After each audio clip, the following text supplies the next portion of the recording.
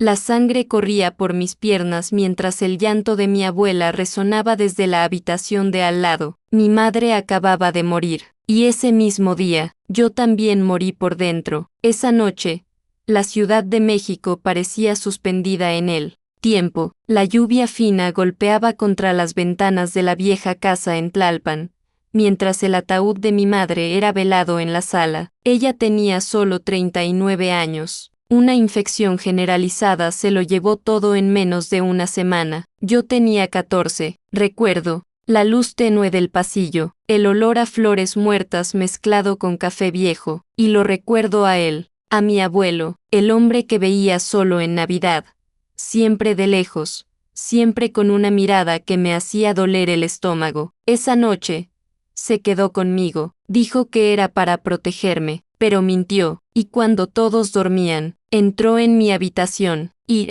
allí, entre las sábanas aún húmedas por las lágrimas por mi madre, hizo lo impensable. Mi alma gritó, pero mi cuerpo enmudeció, y fue solo cuando apareció la sangre, cálida, roja, sucia que me di cuenta, mi infancia terminó esa noche, y una nueva versión de mí comenzó a nacer, la versión que ya no aceptaría el silencio. Me llamo Mercedes Rivera, tengo 74 años, y llevo en el pecho una historia que casi nadie conoce, una historia que me desangró por dentro durante décadas, hasta que un día, decidí contarla al mundo. Nací en San Luis Potosí, pero mi vida se partió en 1000 pedazos en la Ciudad de México, en una noche lluviosa de 1971. Tenía solo 14 años, y mi madre acababa de morir. Era 3 de noviembre, el Día de Muertos. Ironía cruel, la casa estaba llena de parientes,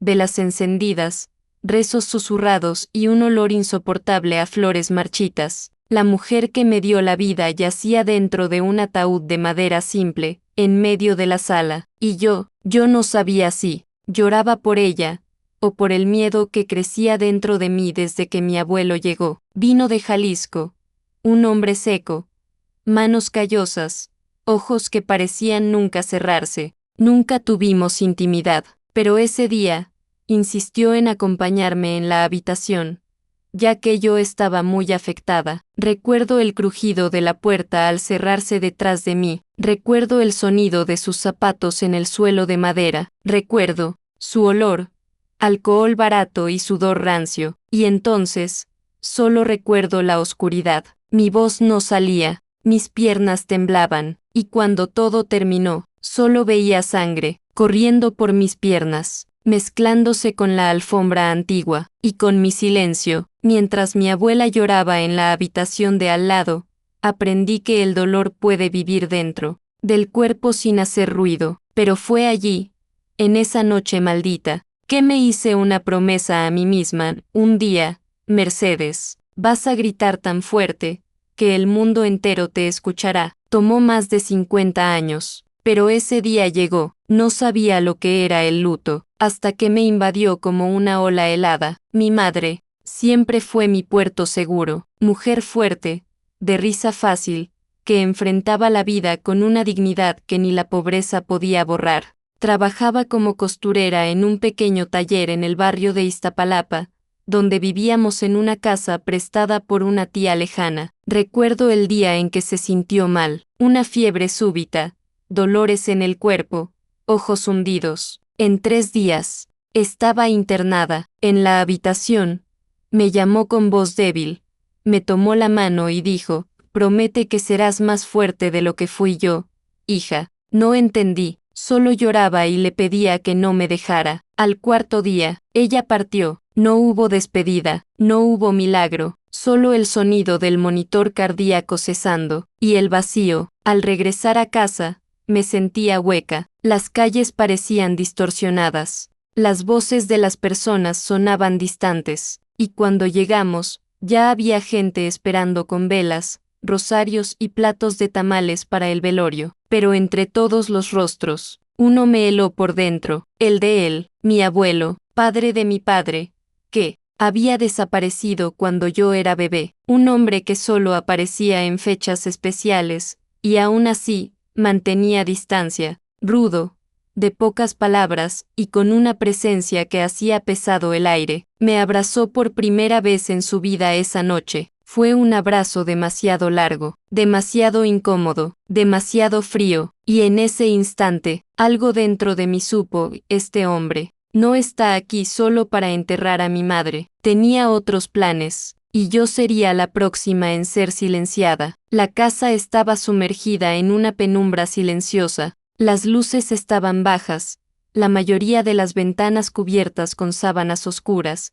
Como manda la tradición en algunos barrios del interior, decían que así el alma de la persona no se pierde en el camino. Pero yo ya estaba perdida. Mientras los adultos rezaban, lloraban y discutían detalles del entierro, sentía mi cuerpo desconectarse. Era como si estuviera flotando por dentro, un tipo de entumecimiento extraño, como si mi luto hubiera sido interrumpido por otro tipo de dolor. El miedo puro. Mi habitación quedaba al fondo de la casa, un cuarto pequeño, con una cama individual, un estante con algunos libros de la escuela y un espejo redondo que era de mi madre, el único objeto bonito allí dentro. Y esa noche fue exactamente allí donde todo sucedió. Poco después de la medianoche, escuché pasos lentos en el pasillo. El sonido amortiguado de las botas de mi abuelo en el suelo de madera. Mi corazón comenzó a latir más rápido. Intenté convencerme de que solo iba al baño, pero se detuvo en mi puerta, y sin tocar, entró. Llevaba un vaso de tequila en la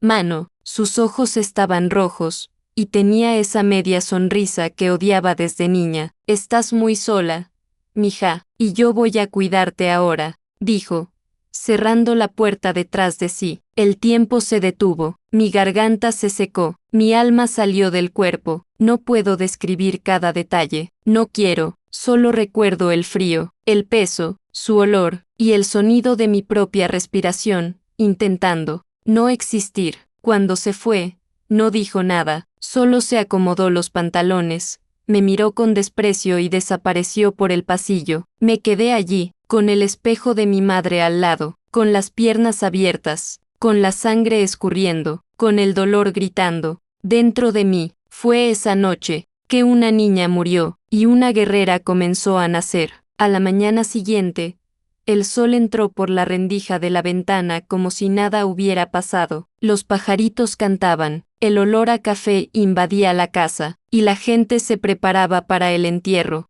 de mi madre, vistiendo de negro, recitando oraciones. Y yo no podía caminar bien. Cada paso era una puñalada entre las piernas. Con cada movimiento, la tela de mi ropa interior se pegaba a la herida viva. Era como si mi cuerpo quisiera recordarme. A cada segundo fuiste violada, fuiste marcada, estás sola. Intenté bañarme, pero no podía mirarme al espejo. Cubrí el reflejo con una toalla, lavé mi cuerpo con rabia, me froté hasta que volvió a salir sangre, como si pudiera borrar lo que él hizo, pero el olor, olor todavía estaba en mí. En el velorio, me senté en el rincón más alejado posible del ataúd. Mi abuela me observaba de lejos, con ojos cansados. Los parientes pasaban a mi lado con palabras vacías. Tienes que ser fuerte. Tu madre era una santa, ahora eres la mujer de la casa. Nadie notó que estaba destruida por dentro. Nadie notó la sangre en mis ojos. Nadie notó el temblor en mis manos. Él, por otro lado, estaba allí, de pie, de traje oscuro, con un rosario en la mano, rezando, rezando. La imagen de él allí, tan santo, tan respetado, me dieron ganas de gritar, de arrancarme la ropa y mostrar las marcas, pero no pude. Me callé, y fue en ese silencio que nació el gusto metálico que me acompañaría por años, un gusto a hierro, a sangre, a injusticia. Pero ese mismo día, antes de que terminara el entierro, yo decidí algo. Él pudo haberme lastimado, pero nunca más me va a callar. Esa noche, después del entierro, la casa finalmente quedó en silencio, las velas apagadas, las visitas yéndose, y mi abuela durmiendo en la sala, exhausta de tanto llorar. Regresé a mi habitación, la misma habitación donde todo había sucedido, y me senté frente al espejo redondo de mi madre. Era antiguo, con un marco de madera gastado y pequeñas grietas en la esquina izquierda. Ella siempre decía que ese espejo era mágico, que revelaba la verdad que nadie quería ver. Y por primera vez, me miré directamente a mí misma. Miré con asco, con dolor, con miedo, pero miré. Vi los ojos de una niña que había sido apagada, pero, en el fondo de ellos, algo brillaba: rabia, furia, hambre de justicia. Prometiste ser más fuerte que ella, me susurré a mí misma. Mi madre siempre decía que dentro de mí había una guerrera. Nunca lo entendí. Hasta ahora, tomé un lápiz labial viejo que ella guardaba escondido en una cajita y escribí en el espejo: no me voy a callar. A partir de esa noche, ese espejo se convirtió en mi altar. Hablaba con él todos los días, contaba lo que sentía, hacía promesas, planeaba mi venganza, y cada vez que mi abuelo me miraba, fingiendo ser el viejo respetable de la familia, yo miraba al espejo después y repetía: un día, Mercedes, él pagará. En esa habitación, sola, a los 14 años, ensangrentada y rota, planté la semilla de mi revolución, y ella crecería, aunque fuera entre espinas. 3 días después del entierro, mi abuela me despertó temprano. Necesitas volver a la escuela, Mercedes. La vida continúa, dijo, mientras colaba café en la cocina. Regresar a la escuela parecía imposible. Mi cuerpo aún dolía, mi alma estaba hecha pedazos, pero obedecí. Me puse el uniforme. La falda azul marino escondía mis heridas y caminé hasta la escuela pública donde estudiaba, la secundaria técnica 12, en Iztapalapa. En el aula, todo parecía igual: el pizarrón, los pupitres rayados, el olor a papel viejo. Pero yo ya no era la misma. Las niñas cuchicheaban, algunos niños reían bajo cuando yo pasaba. Una compañera, que solía prestarme lápices, me miró con desprecio. Dijeron que tu madre murió de una enfermedad vergonzosa, susurró una de ellas, como quien echa sal en la herida. Me callé. En el recreo, fui al baño femenino y me encerré en una de las cabinas. Me senté en el suelo frío y lloré, por mi madre, por el dolor, por la soledad, por la injusticia de estar en un lugar donde nadie me veía de verdad. Fue entonces cuando escuché a 2 profesoras conversando en el pasillo. La pobrecita, ahora vive con el abuelo,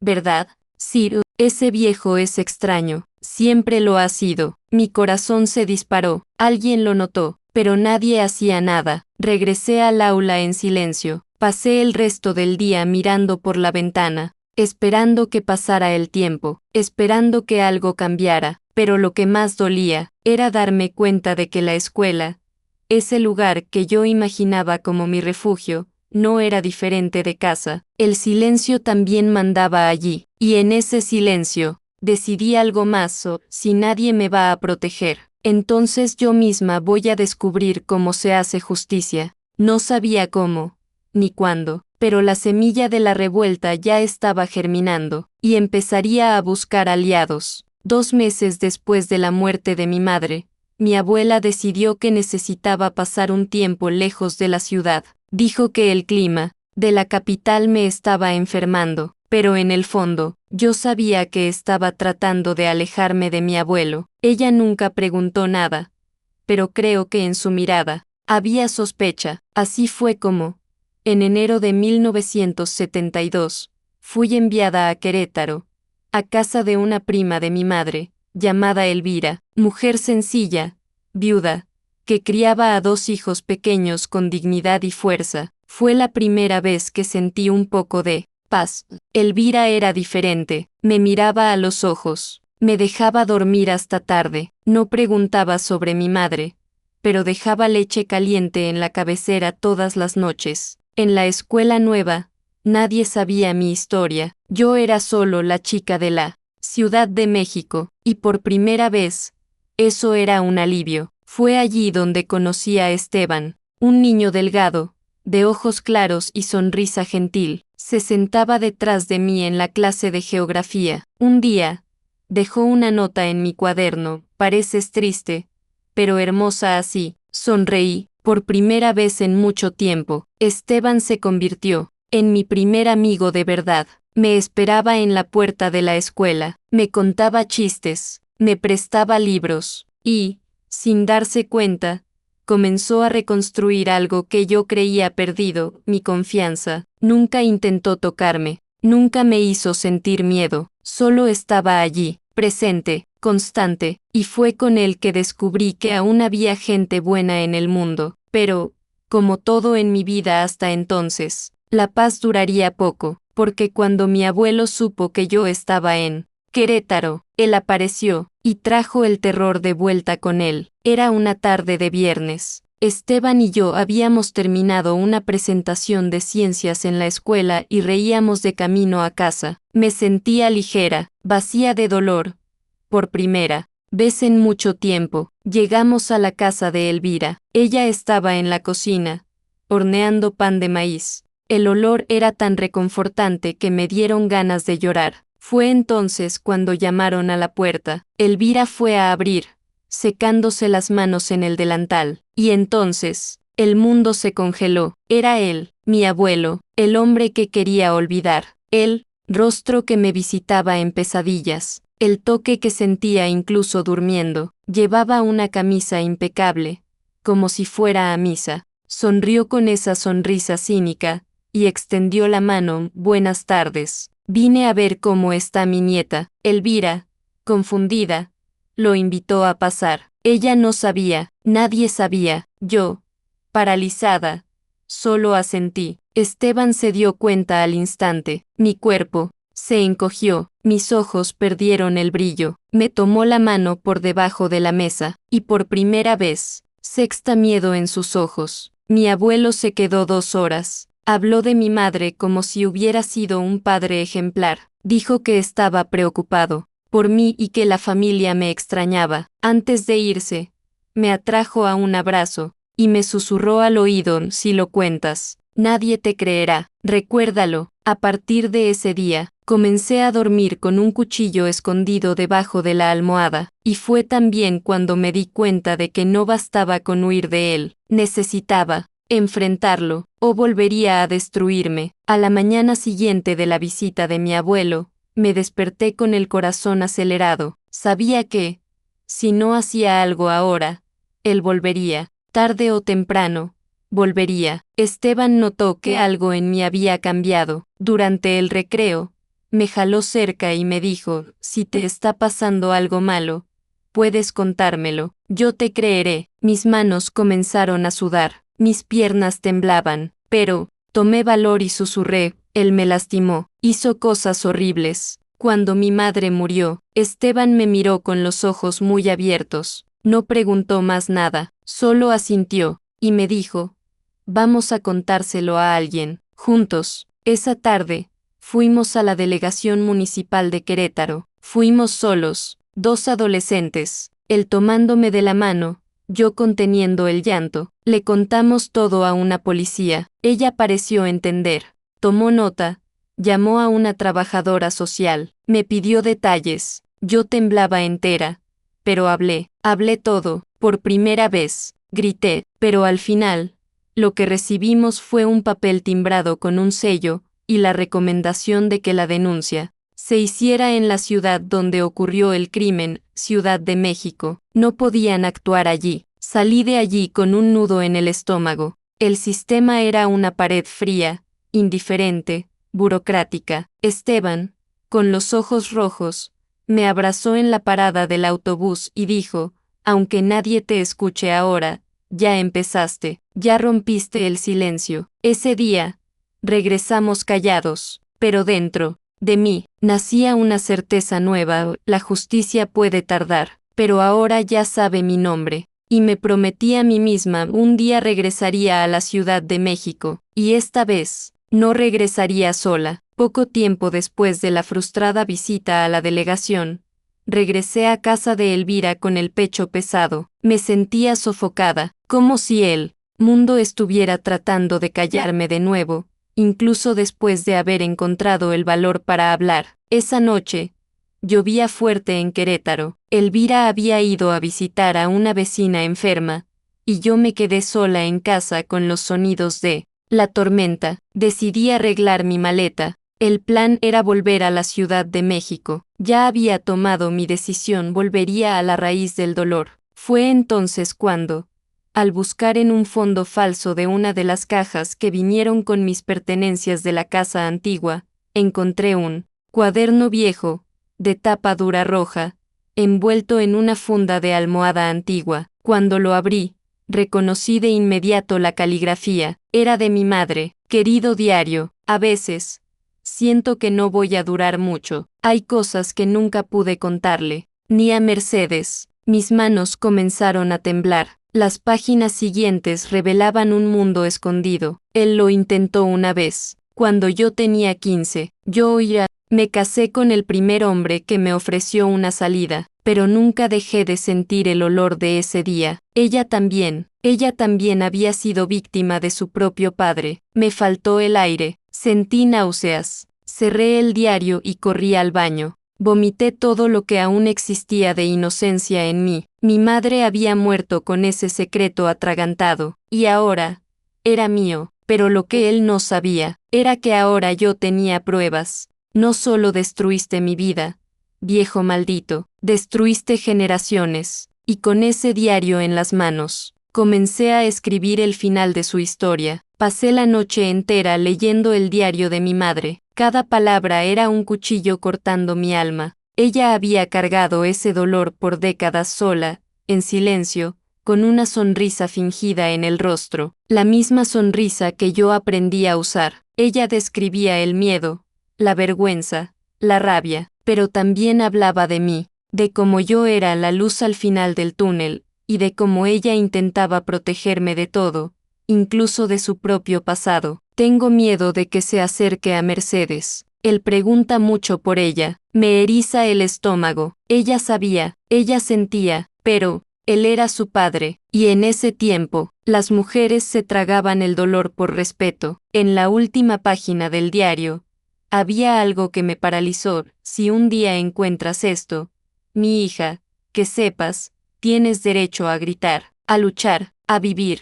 Sin miedo. Yo no pude, pero tú sí. Cerré el cuaderno, con lágrimas cayendo en el papel. Allí nació mi misión. Al día siguiente, le conté todo a Elvira. Le mostré el diario. Ella lloró, me abrazó, y dijo: este hombre no puede seguir libre.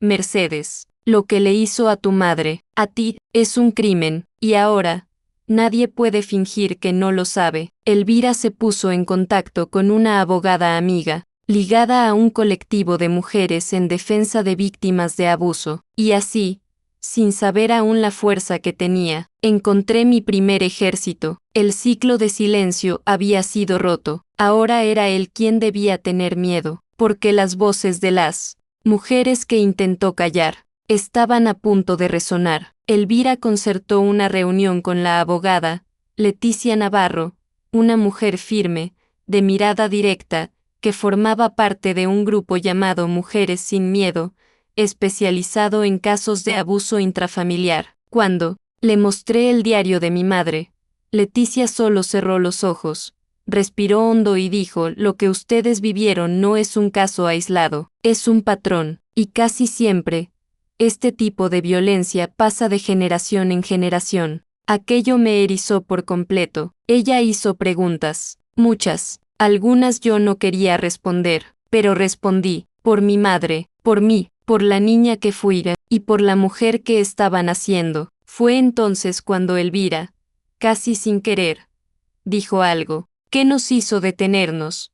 La hermana de tu madre, la tía Maritza, también estuvo años sin hablar con su padre, y ella siempre decía que no podía mirarlo sin vomitar. ¿Será que? Leticia me miró, y fue como si una cortina cayera. Él no había empezado conmigo, ni con mi madre. Él venía destruyendo mujeres desde hacía décadas, dentro de la propia familia. Llamamos a la tía Maritza. Ahora vivía en Puebla. Cuando Elvira le explicó, lloró por teléfono, confirmó todo. Él también me lo hizo a mí. Cuando tenía 11 años, mi madre me obligó a callar. Dijo que los hombres son así. 3 generaciones, 3 víctimas conocidas, un único depredador. Aquello se convirtió en un incendio dentro de mí. Ya no era solo mi lucha, era la de todas nosotras. Leticia dijo que, con 3 testimonios y el diario como evidencia, podríamos abrir un proceso formal. Y más que eso, podríamos solicitar su prisión preventiva. Pero prepárate, Mercedes. Esto se va a convertir en una guerra, advirtió. Miré el espejo esa noche y dije, que venga, porque ahora, ya no me enfrentas sola. Leticia fue clara, sí, queríamos justicia.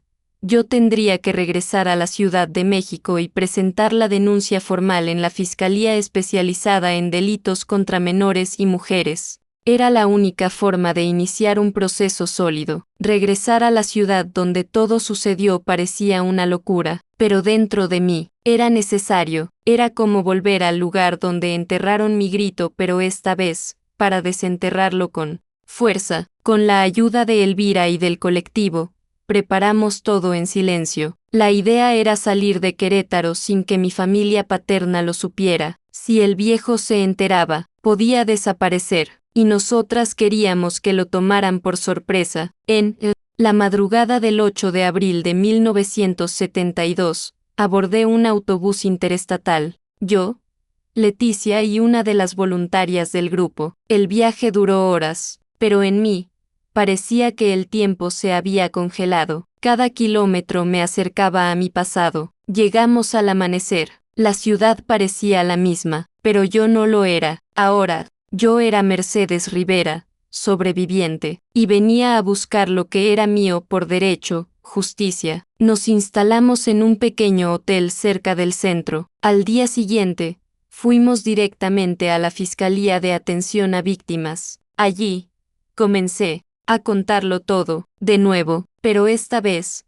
con apoyo legal, con pruebas, con el diario de mi madre en las manos. Las funcionarias escucharon en silencio. Algunas lloraron, y cuando la denuncia fue formalizada, Leticia solicitó la prisión inmediata, basada en el riesgo de fuga del agresor y en las pruebas. En ese momento, por primera vez en años, respiré hondo y pensé, ahora es él quien debe esconderse, ahora es él quien va a tener miedo de cada golpe en la puerta. La guerra estaba oficialmente declarada. Mientras el proceso era analizado, Leticia sugirió que me mantuviera escondida. Mi abuelo aún estaba libre, y el riesgo de represalias era real. Solo que la ciudad era cara y el albergue prometido por el gobierno estaba lleno. Leticia viajó por 3 días para resolver burocracias del proceso, y Elvira no podía salir de Querétaro. En ese intervalo, me quedé sola, y tomé una decisión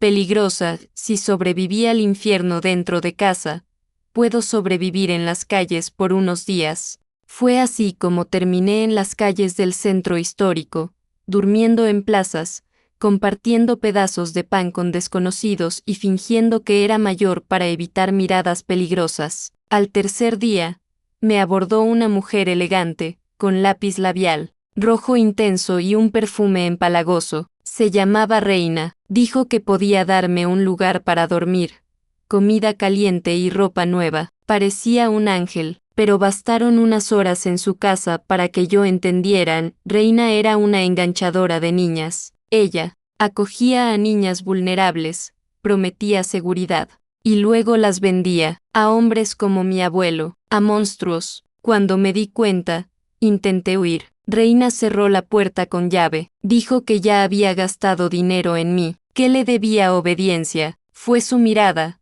fría y calculadora, la que me hizo darme cuenta. El mundo está lleno de depredadores, pero ahora sé identificarlos. Esperé a que saliera del cuarto, rompí la ventana, corrí como nunca. Regresé al hotel de Leticia llorando a mares, lastimada, hambrienta. Ella me acogió, y mientras me limpiaba las rodillas heridas, dijo con la voz quebrada: «Tienes fuego en los ojos, Mercedes. ¿Y quién tiene ese fuego? Nunca más se apaga». Esa noche, me di cuenta de algo que me acompañaría para siempre. No basta con huir de los monstruos, es necesario aprender a sobrevivir entre ellos. Después de la huida de Reina y los días de tensión en las calles, ya no confiaba en casi nadie. Dormía mal, con los puños cerrados y el cuerpo encogido. Cada sombra parecía un riesgo, cada voz alta, una alerta. Fue entonces cuando Leticia recibió una llamada inesperada. Mi tío Javier, el hermano menor de mi madre, había escuchado rumores sobre mí. Él vivía en Coyoacán, era profesor de historia, y estaba alejado de la familia paterna desde hacía años. Leticia, cautelosa, lo citó para un encuentro en la oficina del colectivo, con otras voluntarias presentes. Fui renuente, pero cuando entré a la sala, y vi esos ojos castaños claros, tan parecidos a los de mi madre, me quebré. Mercedes, te busqué en el entierro, pero ya te habían mandado lejos. Nunca supe lo que había pasado. Perdóname, dijo él, con la voz quebrada. Nos quedamos abrazados por minutos. Lloré como una niña, y por primera vez, sentí un abrazo seguro de verdad. Javier me llevó a su casa, un hogar sencillo, lleno de libros, plantas y fotografías antiguas. Allí, sentí una paz que no conocía desde antes de la muerte de mi madre. Me acogió sin preguntar demasiado, solo dijo, te quedas aquí el tiempo que quieras, nadie te tocará, y si ese viejo maldito aparece, tendrá que pasar por encima de mí primero. En ese hogar, comencé a curar partes invisibles de mí, y fue con Javier que aprendí algo precioso. Si existe el hombre bueno, existe el amor sin dolor, existe la familia que no destruye, construye, incluso con la seguridad al lado de Javier. Leticia insistió, necesitas apoyo psicológico, Mercedes, no es debilidad, es supervivencia. Fue así como, recién cumplidos los 15 años, me llevaron al hogar Luz del Amanecer, un albergue para niñas víctimas de abuso, un lugar sencillo, en el barrio de Iztacalco, lleno de ventanas grandes y muros coloridos con flores pintadas por las propias internas. Entré desconfiada, sentí el estómago revuelto, pero bastó con cruzar la puerta y ver los ojos de esas niñas para entender, yo no era un caso aislado, yo era parte de una multitud silenciosa. Allí, conocí a Daniela, quien había sido abusada por su padrastro, a Lucía, quien había sido vendida por su tía a un cliente, amigo, y a Rebeca, embarazada a los 13, que se negaba a decir el nombre del agresor pero lloraba todas las noches. Las sesiones con la psicóloga comenzaron tímidas. Al principio, solo dibujaba, pero poco a poco, comencé a hablar. Y cuando hablé, me liberé. Hablé de la sangre, del espejo, de la carta de mi madre, y mientras yo hablaba, otras niñas también comenzaron a hablar. Creamos un grupo, un pacto. Ninguna de nosotras volverá a callar. Pintamos las paredes con frases fuertes, nos quitaron el miedo, pero no la voz. No estamos rotas, estamos en reparación. Somos el grito de las que ya no están. Allí, en ese albergue, entendí que no era solo sobre mí, era sobre todas nosotras, era sobre romper el ciclo, era sobre transformar dolor en fuerza, y por primera vez, me sentí orgullosa de estar viva. Las sesiones de terapia en el centro comenzaron. Suaves dibujos, dinámicas, canciones. Pero pronto llegó el momento más temido, la ronda del relato completo. Cada niña tenía que contar su historia, con detalles, sin filtros. Cuando llegó mi turno, mi voz se fue por segundos. Las manos me sudaban, la garganta se cerraba, pero miré a Luz, la niña del dibujo, y sentí que se lo debía a ella, y a mí. Comencé despacio, hablé de mi madre, hablé del velorio, hablé de la sangre, y cuando mencioné el nombre de mi abuelo, la sala quedó en silencio absoluto. Algunas lloraron, otras se levantaron y me abrazaron, y cuando terminé, una de las psicólogas me dijo, no solo sobreviviste, Mercedes, regresaste del infierno con palabras que pueden salvar otras vidas. Esa noche, escribí mi primer texto. No era solo un desahogo, era una denuncia con alma. Leticia lo leyó y lloró. Dijo que ese tipo de escritura podía convertirse en un arma, que mi historia necesitaba ser conocida. Por primera vez, sentí que mi voz tenía poder, poder de despertar, poder de curar, poder de enfrentar, y en ese centro de paredes sencillas y almas rotas, me di cuenta de que el dolor, cuando se nombra, se convierte en puente, puente entre víctimas y sobrevivientes. 2 semanas después del relato completo, Leticia recibió una llamada que lo cambió todo. La audiencia fue programada. Su abuelo será citado a comparecer ante el tribunal. Mi corazón se disparó. Era real. El proceso había sido aceptado. El diario de mi madre reconocido como prueba válida, y los testimonios sumados hicieron que el caso fuera lo suficientemente sólido como para llevar a ese hombre ante un juez. Pero Leticia me advirtió: prepárate, Mercedes, va a doler, él lo negará, mentirá, y tal vez te mire a los ojos como si nunca hubiera hecho nada. La fecha fue fijada para un día lluvioso de mayo, en un pequeño juzgado en la zona sur de la ciudad. Me senté en la primera fila, al lado de Leticia, con Javier del otro lado, tomándome la mano, y entonces, él entró, con la misma postura erguida, la misma ropa sobria, la misma expresión cínica, me miró fijamente. Por un segundo, volví a tener 14 años, pero solo por un segundo, porque después, me senté derecha, respiré hondo y mantuve la mirada firme. Yo ya no era la niña de esa noche, yo era la mujer que sobrevivió a ella. El juez leyó los autos, el fiscal presentó las pruebas, y entonces, vino la pregunta que me acompañaría para siempre. Mercedes Rivera confirma que fue abusada sexualmente por su abuelo, el día de la muerte de su madre, el 3 de noviembre de 1971. Me levanté, la voz salió clara, firme, sin temblor. Confirmo, y no fue solo ese día, abusó de mí,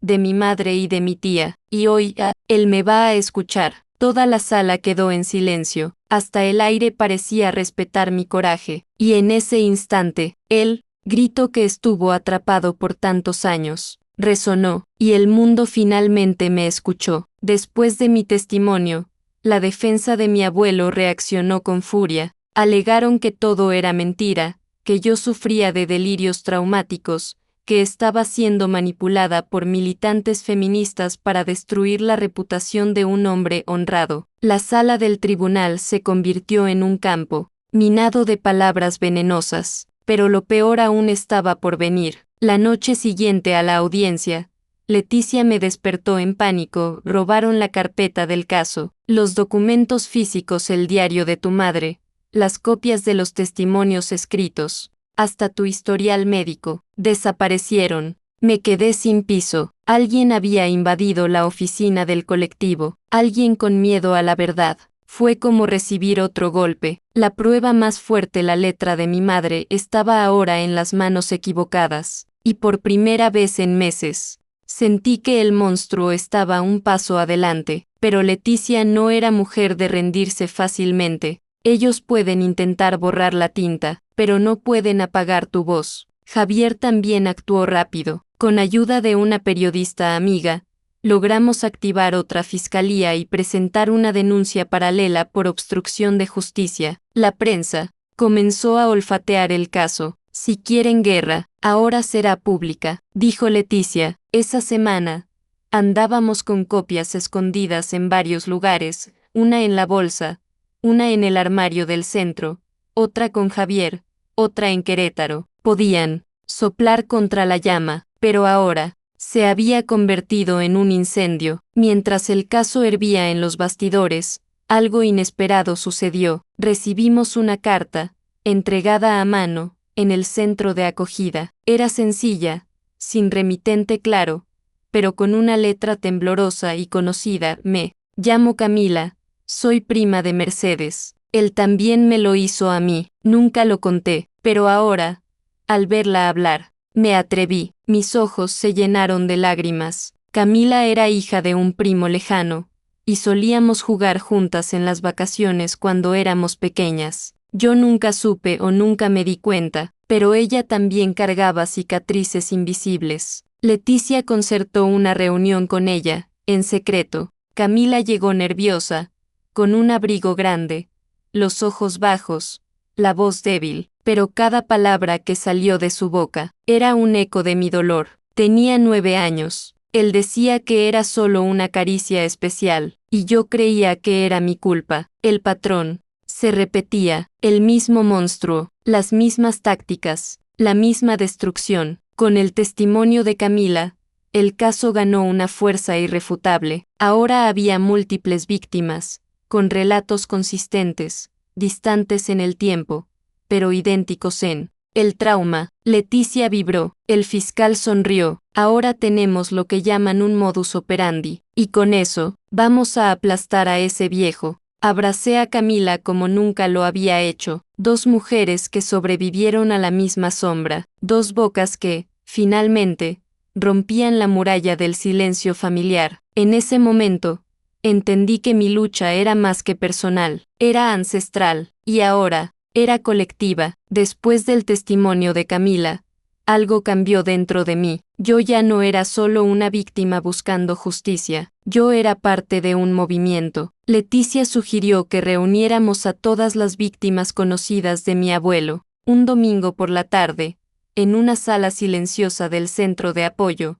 Nos sentamos, yo, Camila, tía Maritza, y 2 mujeres más que Leticia había rastreado, primas lejanas, silenciadas durante décadas. Cada una llevaba sus heridas, pero en ese círculo, nadie más estaba sola. Hablamos durante horas, lloramos, reímos, desenterramos recuerdos que el tiempo intentó esconder. Fue cuando Maritza, con la voz temblorosa, dijo, la familia sabía, siempre lo supo, pero el miedo era más grande que el amor. Esa frase se quedó resonando. Fue allí donde decidimos, ninguna de nosotras volvería a callar jamás. Creamos un grupo, un nombre, Hijas del Silencio, y comenzamos a escribir una carta abierta, contando nuestra historia, exigiendo justicia y avisando al mundo, estamos de pie, y estamos juntas. Leticia prometió, cuando llegue el juicio final, esa carta será leída en voz alta, porque ahora, nuestro dolor se convirtió en bandera, nuestra voz se convirtió en fuerza, y nuestro silencio se convirtió en grito. Pocos días después de crear el grupo Hijas del Silencio, Leticia recibió una llamada que nadie esperaba. Una reportera del periódico El Universal había recibido información sobre el caso a través de una fuente anónima del Ministerio Público. Ella quería escucharnos. Quería contar nuestra historia. La primera reacción fue miedo, exposición, riesgo, pero entonces, Javier dijo algo que nos hizo cambiar de idea. Ustedes pasaron toda la vida siendo invisibles. Quizás ahora sea el momento de que el mundo las vea como son, sobrevivientes y guerreras. Concertamos una entrevista. En secreto, la reportera, llamada Mariana, era joven, pero miraba como quien cargaba el peso del mundo. Escuchó a cada una de nosotras con respeto, sin prisas. Leyó fragmentos del diario de mi madre con los ojos humedecidos. Días después, el artículo salió con el título El abuelo, el silencio y la sangre, la verdad que resuena por 3 generaciones. El impacto fue inmediato. Las radios comenzaron a comentar. Un canal de televisión se puso en contacto. El hashtag Hijas del Silencio apareció en las redes sociales. Otras mujeres comenzaron a enviar mensajes diciendo, él también me hizo esto. No era su abuelo, pero fue mi padrastro. Ahora yo también quiero contar mi historia. En pocos días, dejamos de ser un caso aislado. Nos convertimos en símbolo, voz, furia, esperanza. Leticia, con lágrimas en los ojos, me abrazó y dijo, Mercedes, ustedes encendieron una hoguera, y ahora, todo México está viendo el humo. Y en ese instante, entendí, mi dolor no fue en vano, se convirtió en revolución. El huracán de la exposición pública trajo apoyo, pero también trajo sombras. Comenzaron a llegar amenazas anónimas, llamadas telefónicas sin voz, notas dejadas en la puerta del centro, mensajes que decían, te vas a arrepentir de meterte con el viejo, destruiste una familia, no te metas con quien está muerto por dentro. Los medios hablaban de nosotras, la justicia se movía, pero dentro de mí, un vacío crecía, no dormía, no comía bien, tenía crisis de pánico en el baño, escondida de Javier y de las niñas del albergue, y entonces, en una madrugada sofocante, entré al baño con una cuchilla de afeitar escondida, me senté en el suelo frío, miré mis piernas, y pensé, si corto lo suficientemente profundo, tal vez todo pare, pero en ese momento, un recuerdo me salvó, el espejo, ese espejo de mi madre, con el lápiz labial rojo escrito, no me voy a callar, me levanté, temblando, miré mi rostro, en el espejo del baño, y entre lágrimas y sollozos, susurré, si sobreviví a lo que él me hizo, también sobreviviré a esto. Llamé a Leticia, ella vino corriendo, me abrazó fuerte y dijo, no eres débil, Mercedes, estás cansada, pero las guerreras también descansan. Esa semana, me alejé de los medios, me quedé en silencio, no por miedo, sino para respirar, porque entendí, sobrevivir no es no caer, es elegir levantarse, aunque sea en pedazos. Una tarde gris, mientras organizaba mis pocas cosas en la habitación de la casa del tío Javier, decidí revisar los libros antiguos de mi madre que él había guardado en una caja novelas clásicas, poesías mexicanas, páginas amarillentas por el tiempo. Entre ellos, había un ejemplar gastado de Pedro Páramo, de Juan Rulfo. Al abrirlo, una hoja cayó al suelo. Era una carta, doblada con cuidado, con mi nombre escrito a mano por fuera. Mira, corazón se detuvo, con las manos temblorosas.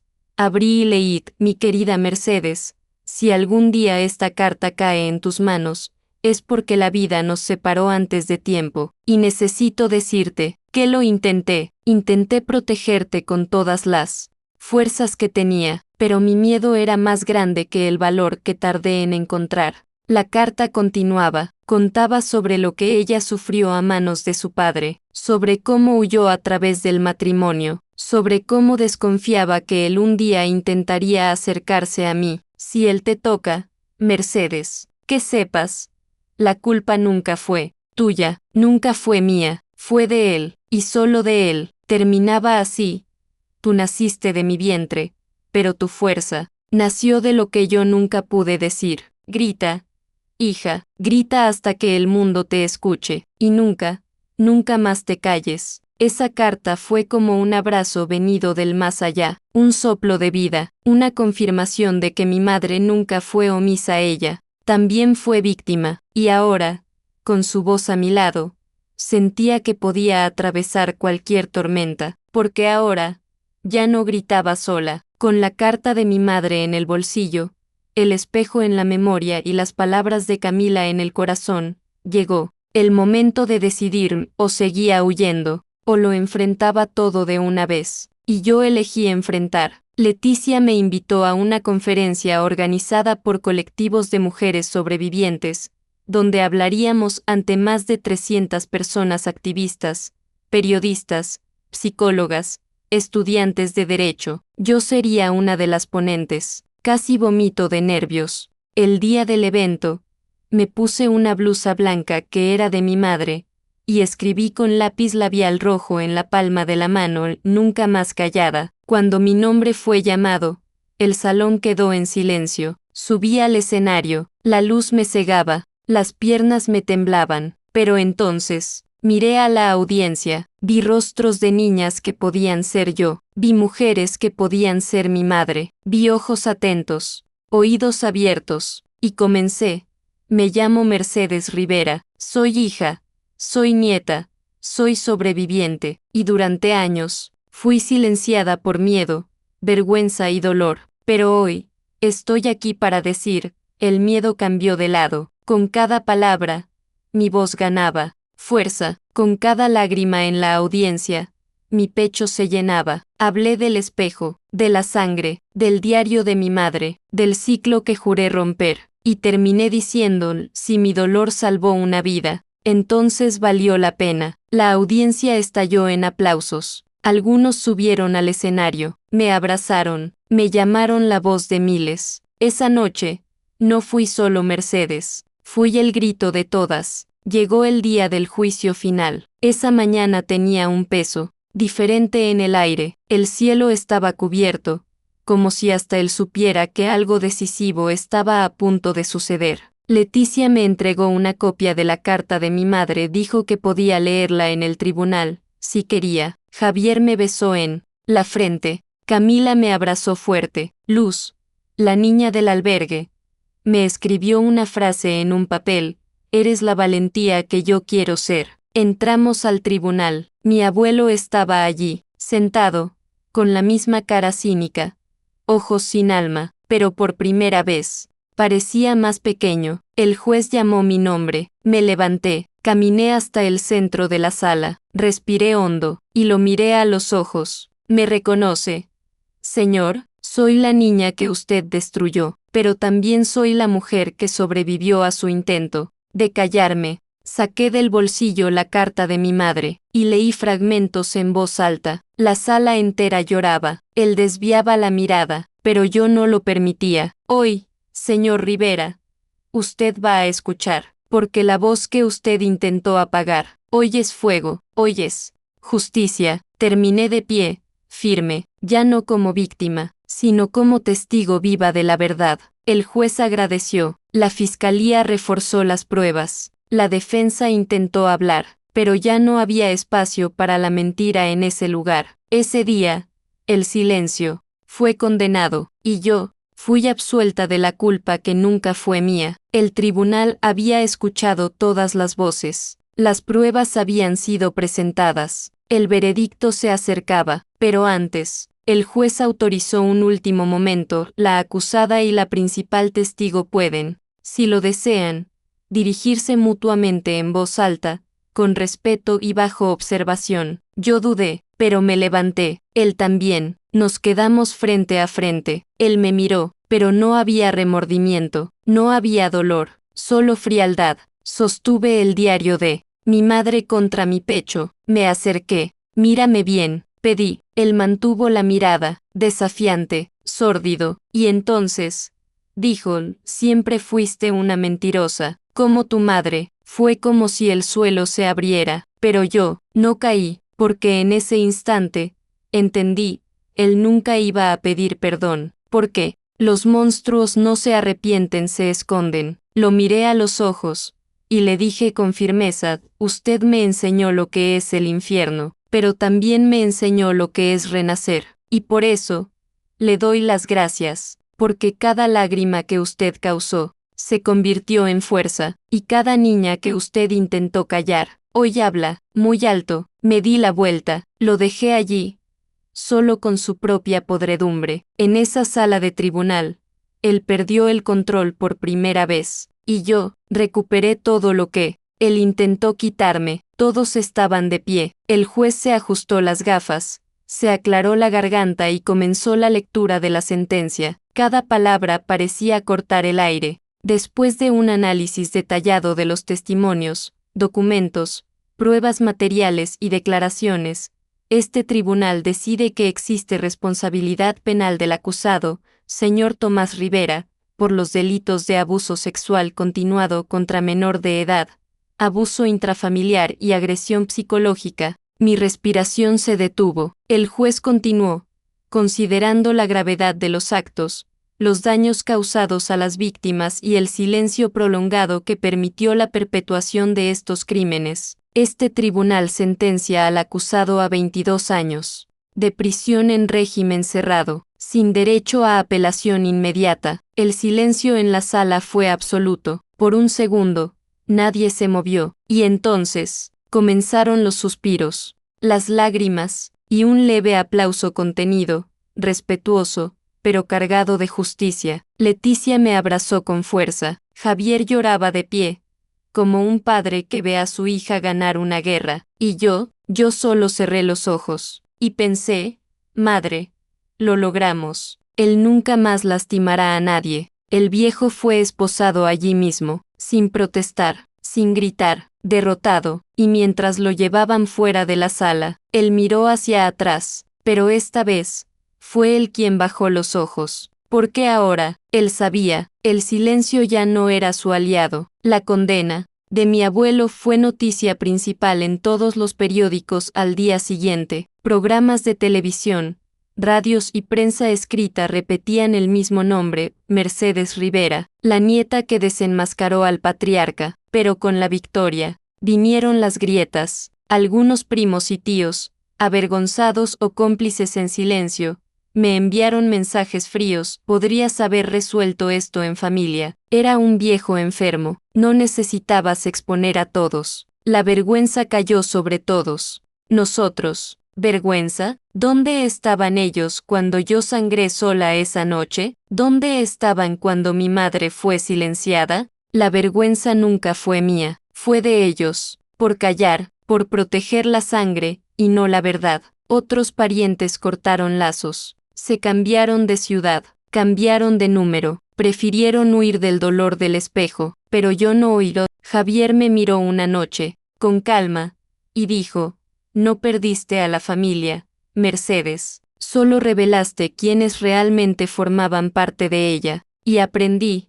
la palabra familia no es sagrada, sagrado es quien te protege, sagrado es quien te escucha, sagrado es quien elige quedarse, y yo elegí quedarme con quien se quedó por mí, aunque fuera solo uno. La justicia se había hecho, el monstruo estaba tras las rejas, pero dentro de mí, la guerra no había terminado, las noches aún traían recuerdos, los olores aún me activaban, ciertas palabras aún me hacían estremecer. Fue Leticia quien me ayudó a entender, Mercedes, recomenzar, no es borrar el pasado, es aprender a vivir con él, y aún así, florecer. Regresé al centro de apoyo, ya no como acogida, sino como mentora, ayudé a niñas nuevas. Organicé círculos de escucha, escribí textos, poemas, cartas nunca enviadas. El dolor se convirtió en semilla, y yo, finalmente,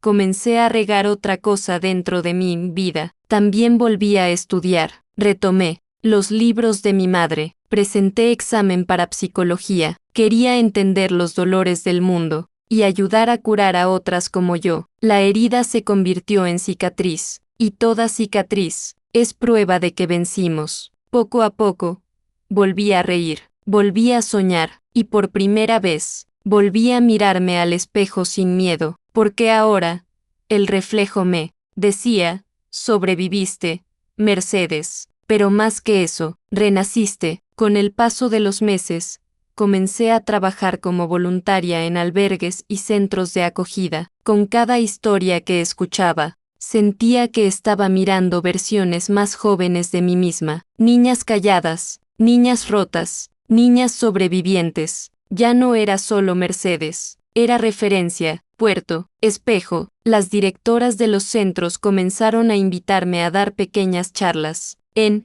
cada una, yo comenzaba diciendo: sé lo que es tener miedo incluso de respirar, pero también sé que no vinimos al mundo para vivir encogidas. Y entonces, vi a niñas abrir los ojos, sonrisas tímidas, lágrimas silenciosas, esperanza. Creé pequeños grupos de escritura terapéutica, bauticé el primero como palabras que cicatrizan. Cada niña escribía una carta para sí misma, luego, la leía en voz alta si quería, y cuando leí la mía, todas se levantaron y aplaudieron. Fue allí donde me di cuenta, mi misión no era solo sobrevivir. Era extender la mano, era abrir camino, era decir: tú también puedes salir del agujero, y allá afuera, hay luz. El dolor me empujó a un abismo, pero el amor me jaló de vuelta, y ahora, yo era la mano extendida que tantas veces necesité. Algunos meses después,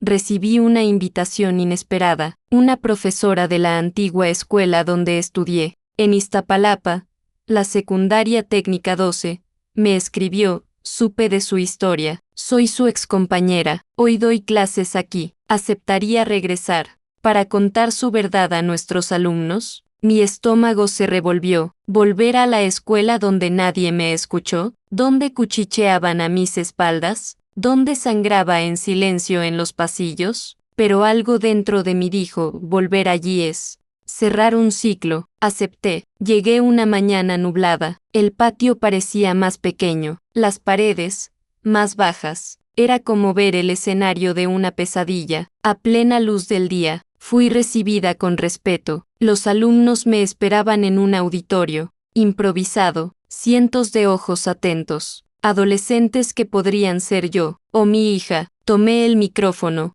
Mi nombre es Mercedes Rivera. Fui alumna aquí, y nadie se dio cuenta de que lloraba todos los días dentro del baño, que apenas podía sentarme por el dolor, que quería morir, pero no morí, y hoy estoy aquí para asegurar que ninguna niña que pase por esta escuela necesite callar como yo callé. La directora lloró, alumnos se levantaron para abrazarme, una niña me entregó una nota, gracias por no rendirte, me diste el valor para contar lo que mi tío me hace. Salí de allí con el corazón en llamas, porque ahora mi dolor salvaba a otras voces, y en esa escuela, donde un día fui invisible, me convertí en faro. Algunas semanas después de la charla en la escuela, recibí una llamada que me dejó sin aliento. Mercedes, soy Laura Rincón, de Televisa. Queremos entrevistarte en el programa Voces Vivas. Millones lo ven. Tu historia necesita ser escuchada por todo el país. Tragué saliva. Televisión nacional, cámaras, luces, todo México viendo mi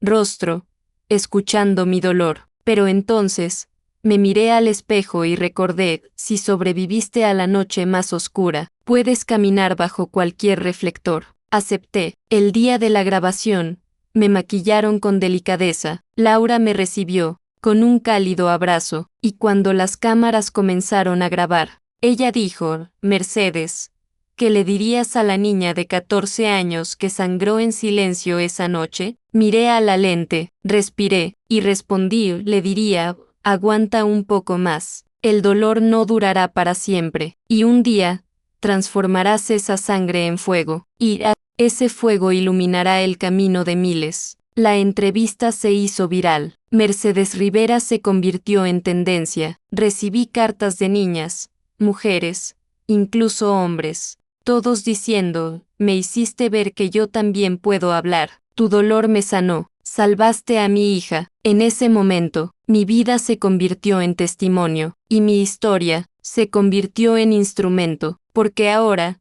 todo el país sabía, el dolor de una mujer no es debilidad, es fuerza acumulada, y cuando explota, mueve el mundo. La fama inesperada, los programas de televisión, los artículos, las invitaciones, todo parecía un sueño o un giro bendecido después de una pesadilla. Pero entonces, el miedo regresó, no en la forma de mi abuelo, sino en la forma de su familia. Una mañana de sábado, Javier llegó a casa con el rostro tenso. Encontraron una amenaza escrita en el muro del albergue donde das clases. La mentira tiene un precio. Cuidado con la próxima generación. Mi respiración se detuvo. Mis rodillas casi cedieron. Dijeron que fue un sobrino del viejo, el que se opuso a la denuncia. Están furiosos. Dicen que expusiste el honor de la familia. ¿Qué honor? Leticia fue contactada de inmediato. El centro activó un protocolo de seguridad.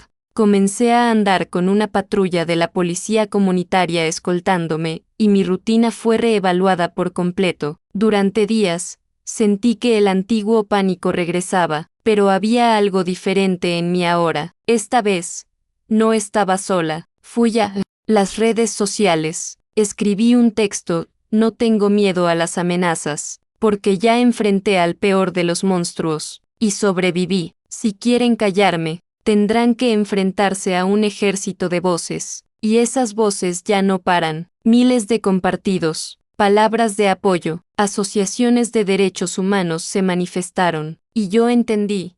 Antes, el miedo era un cuarto oscuro, ahora, es solo una sombra ante una multitud encendida, y si quieren apagarme, tendrán que apagar el fuego que encendí en todo el país. Con la repercusión de la entrevista y el movimiento creciendo, una editorial me buscó. Mercedes, tu historia es más que un relato, es un grito colectivo. Queremos publicarla, sin censura, con todo el dolor y toda la victoria. La propuesta me asustó al principio. Revivir todo por escrito, reabrir heridas, pero entonces, Pensé en la carta de mi madre, en su diario, y me di cuenta, la escritura siempre ha sido nuestra forma de eternizar lo que el mundo quiso enterrar. Comencé a escribir. Cada noche, regresaba a las páginas de la infancia, del trauma, de la huida, de la valentía. Lloré, reescribí, rompí hojas, volví a empezar. Javier revisaba los capítulos. Leticia escribió el prefacio, y el título llegó como un susurro del alma: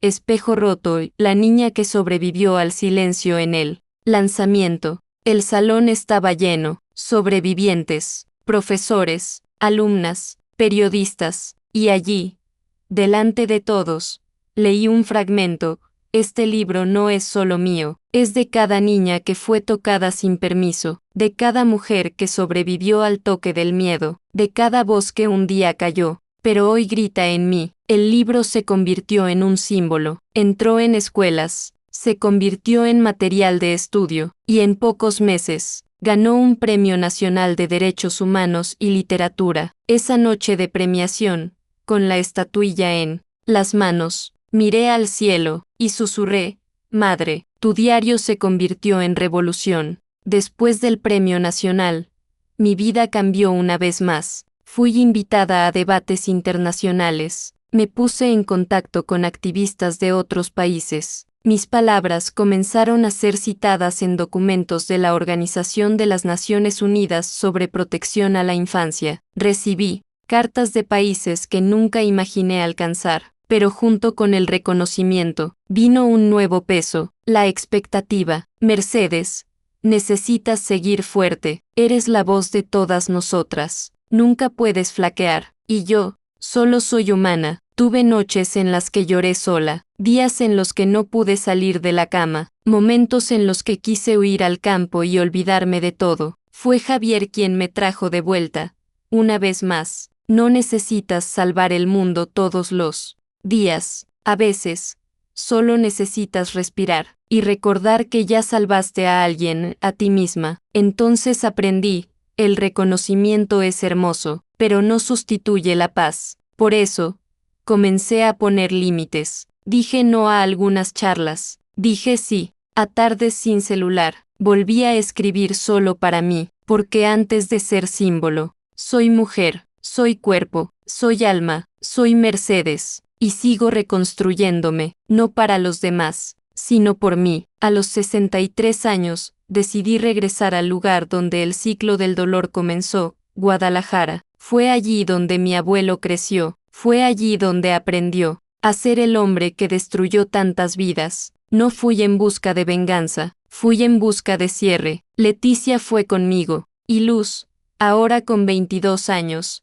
también. Fuimos como 3 generaciones de mujeres que dijeron basta. Caminamos por las calles estrechas del barrio donde él vivió. Visitamos la escuela donde estudió. Pasé frente a la casa donde mi madre contó que él intentó tocarla por primera vez. Sentí un escalofrío, pero también sentí algo nuevo: control. Ahora yo era adulta, completa, fuerte y libre. Fuimos a la pequeña iglesia donde fue monaguillo. En el altar, me senté en silencio, cerré los ojos. No vine aquí por ti, Tomás, vine por mí, para cerrar este ciclo en este suelo, y decir, en voz alta: ya no mandas en nada dentro de mí. Salimos de allí en paz. Antes de volver a la Ciudad de México, planté una flor en la entrada de su antigua casa, una flor blanca, símbolo de paz, símbolo de renacimiento, y cuando el viento sopló, me llevé conmigo solo lo que importaba, la certeza de que fui más fuerte de lo que él jamás imaginó. Años pasaron, mi abuelo estaba preso, enfermo, ya anciano, viviendo sus últimos días en una celda común en el penal de Santa Marta, Acatitla. Leticia recibió la llamada, pidió verte, dice que quiere hablar contigo antes de morir. Mi primera reacción fue no, él no merecía mi presencia, pero después, entendí que tal vez yo necesitaba verlo una última vez, no por él, por mí. Fui sola. El pasillo de la prisión olía a moho y óxido. Los guardias abrieron la celda lentamente, y allí estaba él, débil, flaco, pero los ojos aún eran los mismos. Nos quedamos frente a frente. Él tosió, intentó hablar, pero no, pidió perdón, solo dijo: destruiste mi nombre. Respiré hondo, y con calma respondí: no, usted lo hizo solo, yo solo encendí la luz en el sótano donde usted escondió sus crímenes. Él intentó mirarme, pero los ojos le temblaban, desvió la mirada, como una rata acorralada. Antes de salir, me acerqué a la cama de concreto y susurré: yo sobreviví, y su sentencia no termina aquí, vive en cada mujer que usted no pudo callar. Me di la vuelta, salí con el alma ligera. Al salir, el sol me cegó por un instante, pero cuando mis ojos se acostumbraron, sexta libertad, por primera vez, completa, después de la visita a la prisión.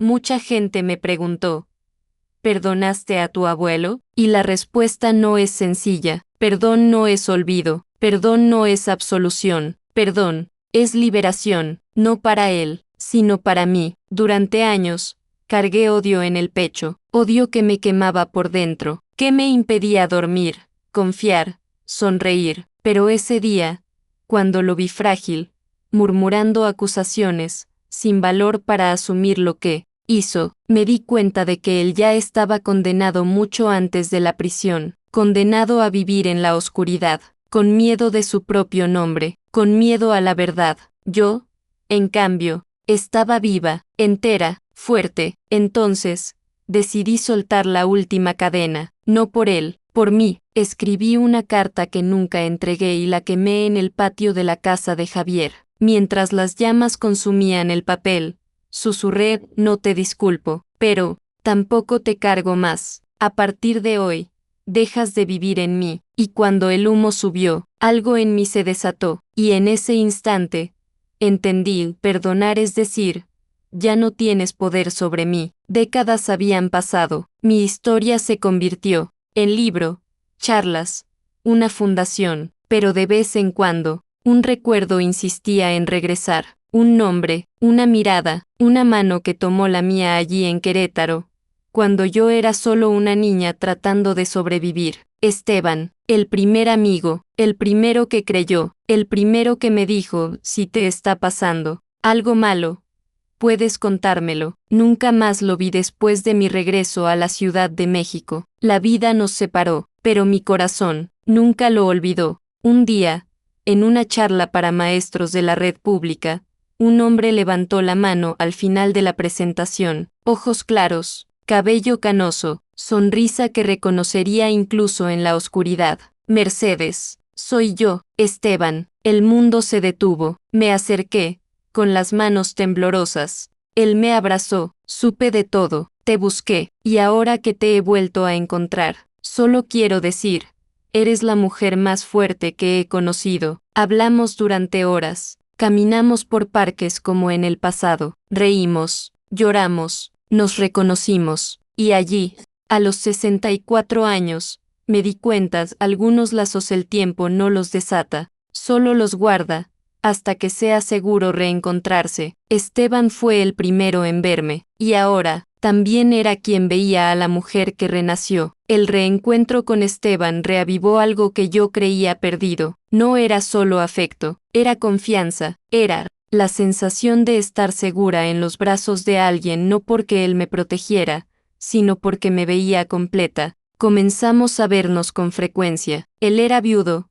con 2 hijos adultos, y me trataba con una ligereza que me conmovía. No necesitas ser fuerte todo el tiempo, Mercedes, me decía. Conmigo puedes descansar. Era difícil permitirlo. Por tanto tiempo, mi cuerpo fue un territorio en alerta, mi corazón, una fortaleza cerrada, pero Esteban no forzaba nada, él solo esperaba, y poco a poco, me lo permití. Los domingos, paseábamos de la mano, tomábamos café en mercados al aire libre, leíamos en silencio en el mismo sofá, y una noche, al son de un bolero antiguo, me miró con ternura y preguntó: ¿quieres envejecer conmigo? Sonreí, con los ojos llenos de lágrimas. Respondí: ya envejecí sola por tanto tiempo, ahora, quiero envejecer acompañada de paz. En ese instante, me di cuenta, el amor también es cura, y a veces, florece tarde, pero cuando florece, es primavera por dentro. Tenía 66 años cuando la vida me sorprendió de nuevo con algo que nunca imaginé posible, una hija, no de mi vientre, sino del corazón. Era una niña llamada Daniela, de 12 años, víctima de abuso, abandonada por parientes, entregada al albergue donde yo hacía acompañamiento psicológico voluntario, tímida, arisca, llena de silencios, hasta que un día, me entregó una nota con letra temblorosa: si me adoptas, prometo intentar ser feliz. Mi mundo se desmoronó. Hablé con Esteban, él solo dijo: es tu misión, Mercedes, y tal vez, nuestro destino. Inicié el proceso, luché contra la burocracia, pasé por entrevistas, pruebas, visitas, y al final, lo logré. Adopté a Daniela, con un cuarto color rosa, cuadernos nuevos, y el mismo espejo que un día fue de mi madre. Le enseñé a escribir cartas para sí misma, a llorar sin miedo, a gritar cuando lo necesitara, y una noche, ella me miró con ojos grandes y dijo: eres la mejor madre del mundo, porque no intentas apagarme, me ayudas a existir. Tomé su mano, y me di cuenta, ella era la continuación de mi historia, no como repetición, sino como renacimiento, y en ese vientre invisible, una nueva Mercedes crecía, fuerte, libre y amada. Tener a Daniela en mis brazos era un milagro, pero junto con el amor, vino el miedo más profundo de todos. ¿Y si yo, sin querer, repito el ciclo? ¿Y si mi dolor se desborda en ella? ¿Y si mi historia se convierte en una carga sobre los hombros de una niña que solo quiere ser feliz? Me despertaba en medio de la noche con sudores fríos. Tenía miedo de gritarle, miedo de tocarla demasiado, miedo de equivocarme, miedo de ser lo que un día me hirió. Llevé ese miedo a terapia. La psicóloga me dijo algo que nunca olvidé: Mercedes,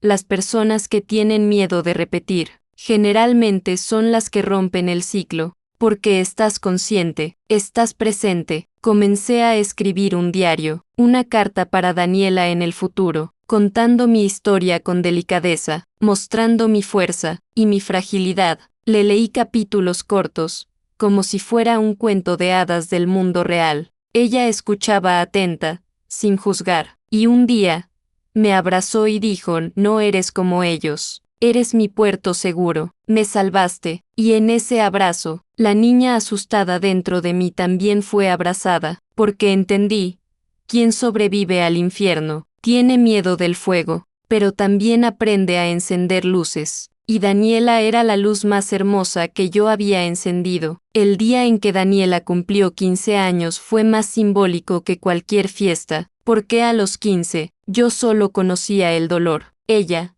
no, ella conocía el amor. Ella me conocía a mí. Organizamos una celebración sencilla en el patio: flores, luces, música y amigos. Ella llevaba un vestido amarillo. Tenía un brillo en los ojos que me hizo llorar en silencio. Durante las mañanitas, ella pidió el micrófono, y dijo, con la voz quebrada: no tuve madre de vientre, tuve una madre de alma. Ella me enseñó que el amor no duele, y que nadie necesita vivir con miedo para siempre. Todos aplaudieron, pero yo, me arrodillé ante ella, besé su mano, y dije: tú me salvaste tanto como yo te salvé. Somos dos sobrevivientes, pero juntas, somos más que eso, somos el recomienzo. Esa noche, me acosté con ella en la hamaca, miramos el cielo, ella se durmió con la cabeza en mi hombro, y allí, me di cuenta, la madre en la que me convertí, es todo lo que la niña que fui soñaba con tener.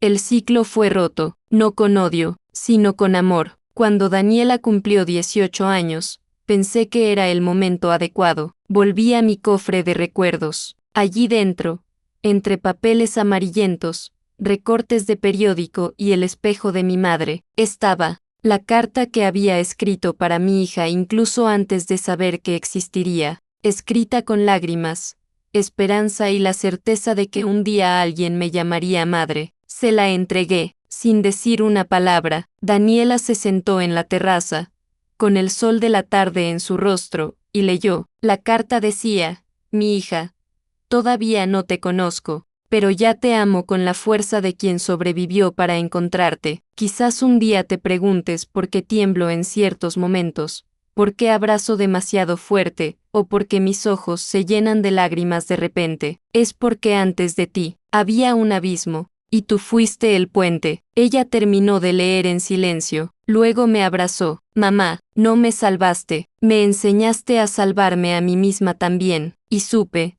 en ese instante, mi historia, con todo su dolor, se transformó en una herencia de sanación, no para repetir, sino para inspirar. La carta que escribí como sobreviviente, ahora era el símbolo de un legado de amor, verdad y libertad. A los 70 años, decidí transformar mi grito más grande en una estructura. Creé la Fundación Hijas del Silencio. Con la ayuda de Leticia, Esteban y Daniela, alquilamos una casa antigua en el centro de la Ciudad de México. La remodelamos con donaciones, pintura voluntaria y mucho café. En la primera planta, acogida, apoyo jurídico y psicológico. En la segunda, talleres de escritura, arte, expresión. En la entrada, el espejo de mi madre, ahora símbolo de resistencia. La misión era clara: ninguna niña pasará sola por lo que yo pasé, ninguna mujer morirá en silencio. Inauguramos un domingo de primavera, niños corriendo, mujeres llorando,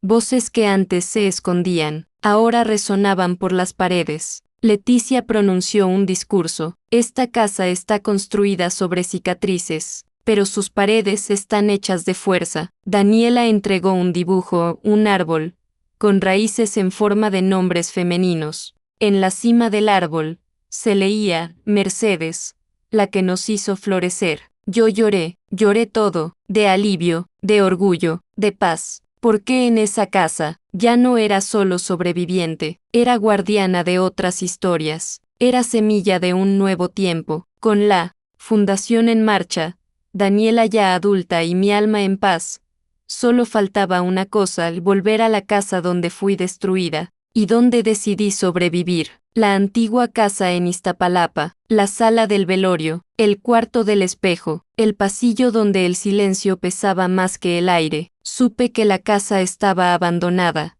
en venta. Con la ayuda de un donante anónimo, la compré. Esteban lo encontró una locura. Daniela lloró. ¿Estás segura, mamá?, preguntó ella. Sí. Entré a la casa sola, el olor a moho, las paredes manchadas, todo me empujaba hacia atrás en el tiempo, pero yo estaba diferente, yo estaba completa. Fui al cuarto, abrí la ventana, el sol invadió la habitación como si dijeran: ahora es luz. En el suelo, escribí con tinta: aquí nació mi voz. Transformé la casa en una extensión de la fundación, espacio de memoria, museo del silencio roto. Niñas y mujeres de todo el país la visitan, leen mi historia, lloran, y salen de allí más fuertes, porque en ese lugar donde un día fui violentada, ahora germina libertad. Y yo sé, la niña que fui, estaría orgullosa de la mujer en la que me convertí. Un día de muertos, con las flores de cempasúchil tiñendo los caminos, tomé mi bolso, una vela y una carta. Fui al cementerio donde mi madre fue enterrada, sola. Era una mañana fría, las nubes pesadas, el aire oliendo a tierra mojada y a nostalgia. Llegué ante la lápida sencilla, me arrodillé, y me quedé en silencio por minutos que parecieron años. Luego, encendí la vela, puse la carta a un lado, y comencé a hablar. Madre, tardé en volver aquí, quizás porque, durante mucho tiempo, cargué tu dolor como una herencia maldita, pero hoy cargo otra cosa: tu fuerza. Le conté todo, del juicio, del libro, de Daniela, de la fundación, del amor. No tuviste tiempo de gritar, pero yo grité por las dos. Y ahora, el mundo escucha. Las lágrimas vinieron, pero no eran de dolor, eran de honor, de plenitud. Dejé una flor blanca sobre la tumba, me levanté. Puedes descansar en paz, mamá. Tu hija sobrevivió, y vive por muchas. Al salir, miré hacia atrás. El viento sopló fuerte, y lo juro, sentí un abrazo. Era una tarde común, nada de eventos, discursos u homenajes. Estaba en casa, sola, tomando café con pan dulce. Daniela estaba trabajando, Esteban cuidando las plantas. La vida, tranquila. Fue entonces cuando me di cuenta, no había más miedo, había más nudo en la garganta, no había más culpa, y comencé a llorar. Lloré en silencio, no por dolor, sino por alivio, porque la libertad verdadera no es ruidosa, es sutil, es una respiración ligera, es el derecho a existir sin explicaciones. Tomé un cuaderno nuevo, escribí una frase: hoy no soy sobreviviente, hoy soy libre. Cerré los ojos, recordé a la niña que temblaba en el cuarto oscuro, la adolescente que sangraba callada, a la mujer que gritó, a la madre que renació, y me di cuenta, cada lágrima fue un ladrillo, cada palabra fue un puente, cada silencio roto, una semilla, y en ese momento simple, entre migas de pan y páginas en blanco, me di lo que el mundo intentó negarme, la paz. Hoy, a los 74 años, escribo estas palabras desde la terraza de mi casa, con una manta sobre las piernas, el sol golpeando suavemente mi rostro y Daniela preparando té en la cocina. Esteban Lee a mi lado. La Fundación Hijas del Silencio funciona a toda máquina. Recibo cartas de todo el mundo, pero nada de eso me define, porque lo que realmente importa es que renací. Renací de la sangre que corrió esa noche, renací del diario de mi madre, renací del abrazo de Javier, de la mirada de Esteban, de la valentía de Camila, renací en la voz de Luz, en la fuerza de Leticia, en el silencio de Daniela, que se convirtió en grito, renací de cada niña que me miró y dijo: me enseñaste que es posible vivir después del dolor. Hoy, miro el espejo de mi madre, aún colgado en mi habitación. La frase con lápiz labial rojo ya casi está borrada. No, me voy a callar. Y pienso, misión cumplida. El espejo que un día me vio rota, hoy me ve completa, porque al final, esta historia no es solo mía, es nuestra, de todas las mujeres que fueron silenciadas, de todas las que encontraron su voz, de todas las que aún van a nacer libres, amadas, sin miedo. Y si has llegado hasta aquí, leyendo mi historia, que sepas, tú también puedes renacer, y cuando renazcas, ayuda a otra a levantarse, porque juntas somos imparables. Mercedes Rivera.